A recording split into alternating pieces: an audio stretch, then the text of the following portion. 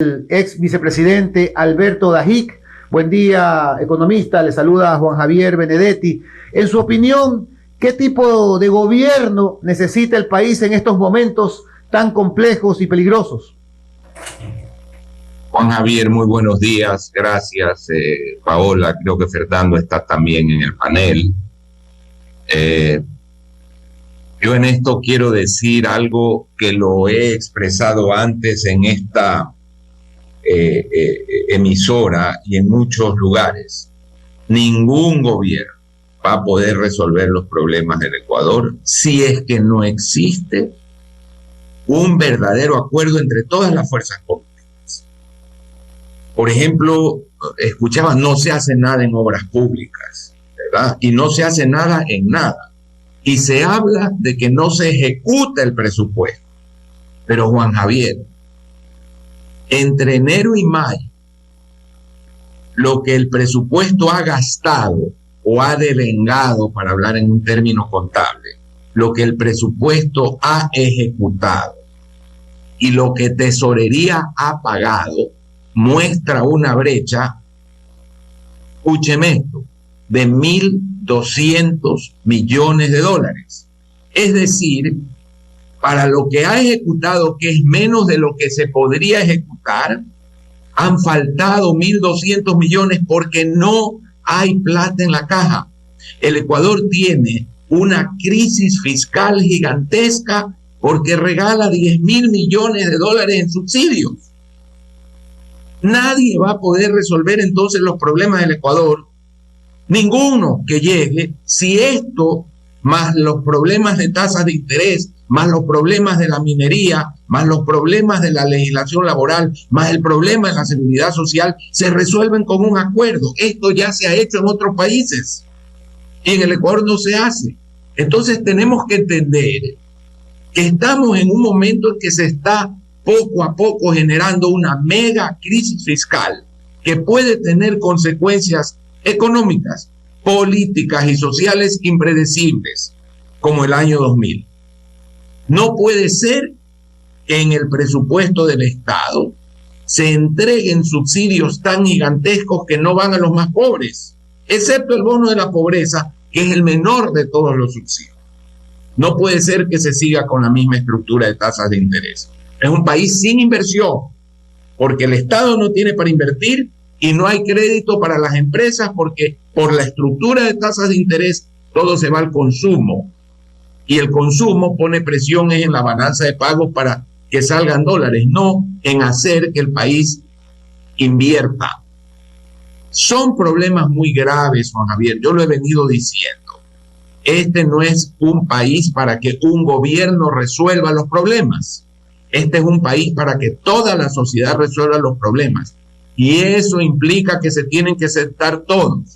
Correístas, no correístas, Pachacutic, centro, centro derecha, centro izquierda, todos. Si ese acuerdo no se logra, grave este programa. Usted verá al Ecuador en 3 o 4 años donde está.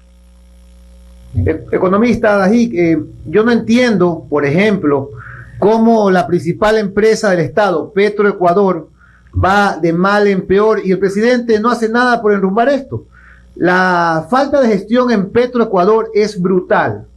Mire esto, no han subido nada de procesos desde que ha llegado el nuevo gerente.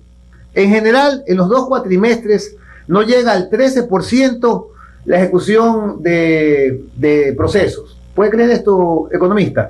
Ahora, bueno, en su opinión, ¿qué tipo de gobierno necesita el país en estos momentos tan complejos y peligrosos? Un gobierno que logre los consensos para que todos los sectores entiendan lo que hay que hacer, el país se unifique, cesen estas pasiones y odios que no llevan a nada y se pueda producir el inicio de un cambio duro, doloroso, pero que nos dé esperanza. Si no es un gobierno que logre esa concertación, ¿qué va a pasar? A la patada van a tratar de asaltar el Banco Central, llevarse los dólares que no le pertenecen al gobierno, ni le pertenecen al Banco Central. En un año, año y medio, el hueco fiscal es tan grande que se los habrá consumido y el problema será 10 veces peor. Porque no solamente que la crisis fiscal seguirá ahí, sino que además no habrá divisas, tendremos un doble problema, un problema fiscal y un problema de balanza de pagos, de liquidez externa. Entonces, este país no puede seguir como está. Yo entiendo que Petroecuador, en general, la gestión petrolera ha sido desastrosa, inaceptable que no se haya tenido una buena gestión petrolera. Pero al mismo tiempo, a Petroecuador se le quita toda la plata porque necesita el presupuesto.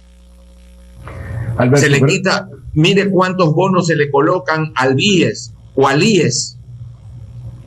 ¿Por qué? Porque no hay plata. A CNT se le saca toda la plata. A la aviación civil se le saca toda la plata y no hay camiones, las motobombas están dañadas, los chalecos antifuego están vencidos. A la superintendencia de bancos, que cobra una tasa para dar un servicio, el presupuesto se le lleva la plata.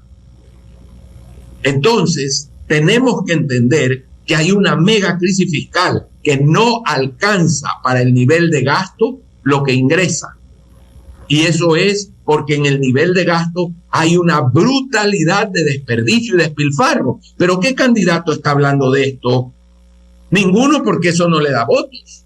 Entonces, a menos que haya un acuerdo y todo el mundo hable de eso, vamos a seguir en este círculo vicioso de un populismo nefasto, Juan Javier.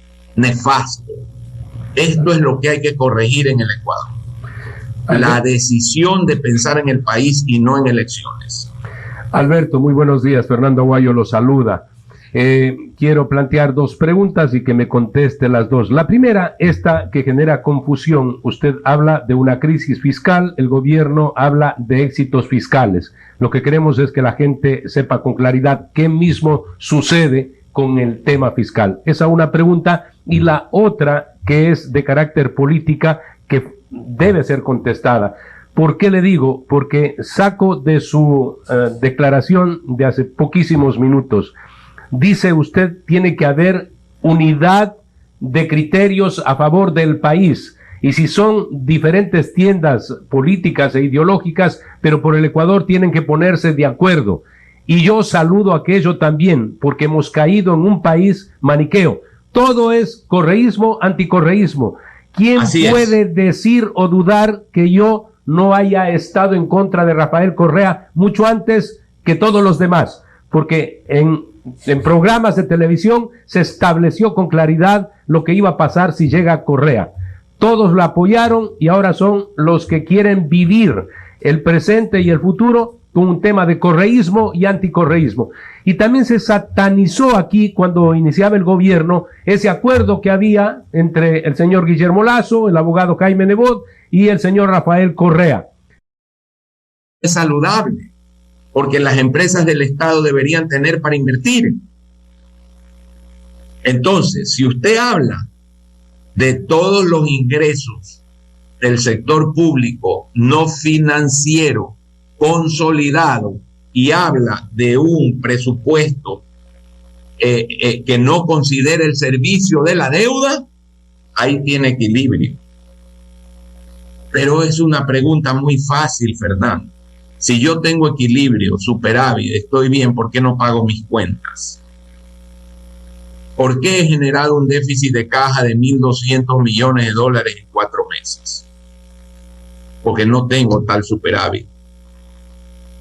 Entonces, tenemos que ser muy claros que el Ecuador tiene un gravísimo problema fiscal. Tiene un presupuesto que no alcanza, que regala la plata infamemente, que la ha venido regalando por décadas, por la confluencia de una cultura en el Ecuador de que a mí me deben bajar los impuestos, darme subsidios y el Estado tiene que invertir más. Un absurdo, ¿verdad? La combinación de esa cultura y una praxis política del populismo, del facilismo. Y lo segundo es fundamental. El señor Churchill tuvo que sentarse con Stalin. ¿Usted cree que le agradaba sentarse con Stalin? Ciertamente no. Detestaba Churchill a los tiranos. Por eso cuando todos le decían en Inglaterra, hasta el rey, que había que llegar a un acuerdo con Hitler, que estaba proponiendo un acuerdo, un pacto, dijo: jamás se pacta con un tirano. Entonces, se tuvo que sentar con Stalin. Y aquí todos se tienen que sentar. Porque cuando uno dice no hay cómo dialogar con Correa, es una realidad la votación que tienen. Y por eso a mí me parece que fue un grave error la ruptura del acuerdo inicial, que era un acuerdo legislativo, no del presidente de la República, de los legisladores. Si eso fallaba, se rompía. Y ya no debemos en el Ecuador. Y a propósito de eso, escribí un artículo en diario El Universo el domingo pasado, con el ejemplo de Costa Rica. En Costa Rica, Fernando, se funda el PAC, Partido Acción Ciudadana, para combatir a los dos partidos tradicionales, Liberación Nacional y Unidad Social Cristiana. Ese partido gana 2 elecciones. Y en la segunda, la situación fiscal era terrible, en parte por los malos gobiernos del PAC. El presidente de la República no tenía liderazgo. Fernando, queridos oyentes, quienes inician el diálogo para lograr las soluciones, que pasaron por subir IVA, pasaron por quitar todas las excepciones del IVA, pasaron por aumentar las contribuciones a la seguridad social. Medidas impopulares. ¿Quiénes lideraron eso? Los 2 partidos de oposición desde la Asamblea. Eso es un país con sentido de diálogo, Fernando. A quien había construido, al partido político que se había formado para combatirlos, lo ayudaron, porque pensaron primero en Costa Rica. Alberto, buenos días. ¿Usted ve eso en el Ecuador? ¿Cómo está, Alberto? Buenos días, Andrés Ortiz lo saluda, un gusto tenerlo. Buenos días, Andrés. En Centro Digital. Permítame ser un poco pesimista, ¿no? Porque claro, su intervención también nos invita un poco a eso, pero hemos visto lo que ha pasado el gobierno del presidente Lasso durante estos 2 años, en donde lo que menos ha habido es concertación, más allá del diálogo permanente que Henry Cucalón ha tratado de decir y practicar a lo largo de su ejercicio como ministro de gobierno. Y todo hace pensar que en estos 6 meses las fuerzas de oposición pues no se van a sentar con el presidente Lasso a dialogar, porque obviamente es la oposición, entre comillas, y por lo tanto en estos 6 meses no vamos a encontrar ningún espacio de diálogo, menos aún cuando no tenemos asamblea. Pero la realidad nos dice, y la historia, y usted quién más que nos puede dar la historia viva de lo que es ejercer el poder desde Carondelet, es que estos diálogos se van a volver muy difíciles en la medida en que no hay líderes que estén dispuestos a hacerlo, Alberto. Esa es mi grave preocupación, mi preocupación sentida. Esa reflexión, yo no invito al pesimismo, yo invito al realismo. Aquí un optimista es un realista mal informado, porque si alguien está optimista, no conoce la realidad. Ahora, el país no va a desaparecer, y siempre hay soluciones. Pero el gobierno que inició hace 2 años era un gobierno que tenía como principal función lograr acuerdos. Y no lo hizo bien. Porque los acuerdos tienen que ser liderados por alguien. Y precisamente la labor fundamental de un presidente de la República no es administrativa, Andrés. Un alcalde tiene una labor fundamentalmente administrativa y en algo política. Un presidente tiene una labor fundamentalmente política y en algo administrativa. Para administrar, ¿qué tiene un presidente? Ministros que administran y los cambian. Para conducir una nación está él.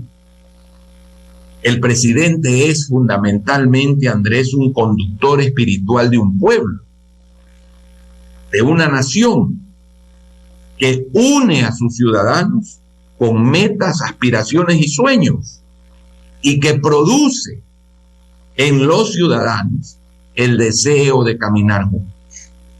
En eso se falló. Y por lo tanto, lo que hoy debe primar es la búsqueda de eso. Porque si no, vamos a terminar haciéndolo, pero en la manera más dolorosa posible. Como sucedió con la dolarización el año 99. Esa dolarización yo la propuse 15 meses antes de que se diera, en un gran artículo de 2 páginas enteras en Diario El Universo, cuando el diario era muy grande, escrito desde el exilio. La dolarización se dio no por un consenso, se dio porque la arrolló, la economía arrolló a la sociedad y no quedó más. Esa no fue la mejor forma de hacerlo. Entonces, en el Ecuador, o entendemos esto, o nos va a costar mucho más cuando la gravedad de las cosas nos obliguen a tomar las medidas. Será mucho peor. Hola. Estamos conversando con Alberto Ajic, ex vicepresidente del Ecuador y director del CESDE de la UES. Economista, usted algo mencionó hace un rato sobre las reservas del Banco Central y en realidad en enero de este año estaban superando los 9.000 millones de dólares que estaban digamos, en lo más alto que ha estado desde la dolarización. Y en realidad eso es algo muy positivo para la economía, pero he oído a 1 o 2 candidatos hablar de esas reservas como que si ellos pudieran contar con ese dinero, cuando ya sabemos que en gobiernos anteriores se la han quitado. ¿Usted le puede explicar a la ciudadanía cómo no pueden disponer de ese dinero y que a ese gobierno le ha costado mucho devolverle ese dinero que le pertenece al Banco Central? ¿Y a quién en realidad le pertenece ese dinero? Bien, Paola, te doy una mala noticia. No es 1 o 2 candidatos, son más. Inclusive periodistas serios han propuesto esto.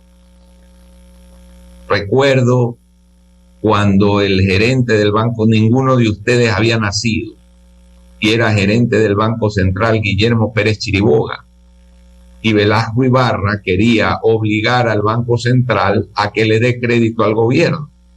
Y Guillermo Pérez Chiriboga le dijo: mi obligación es mantener una moneda sana. Y Velasco respondió: ¿de qué sirve una moneda sana con un pueblo enfermo?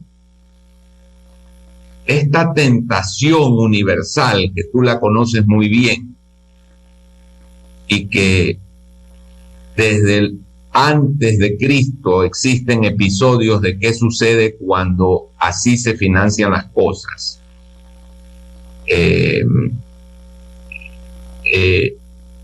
Esta tentación de recurrir al Banco Central siempre ha sido aberrante. En el Ecuador, el Banco Central no emite dinero. En un país como Colombia, el Banco de la República, que es el Banco Central colombiano, puede sencillamente acreditarle y emite, acredita. Emitir no es imprimir billetes.